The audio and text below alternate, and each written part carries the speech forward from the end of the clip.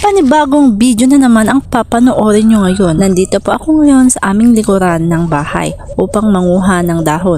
Sa pagkuha po ng mga dahon na gagawing tsaa, ay gagamit tayo ng gunting at timba. Kailangan nating tignan kung malinis po ang dahon na kukunin natin. Walang mga dumi-dumi. Pero huhugasan pa natin yan bago natin ilalaga. At ito na nga ang dahon ng guyabano. Hanapin natin doon. Marami pa doon.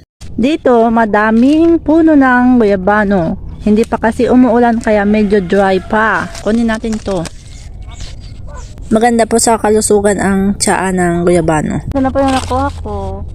Tara, hugasan na natin to. Hindi naman masyadong madumi kaya 2 beses ng hugasan.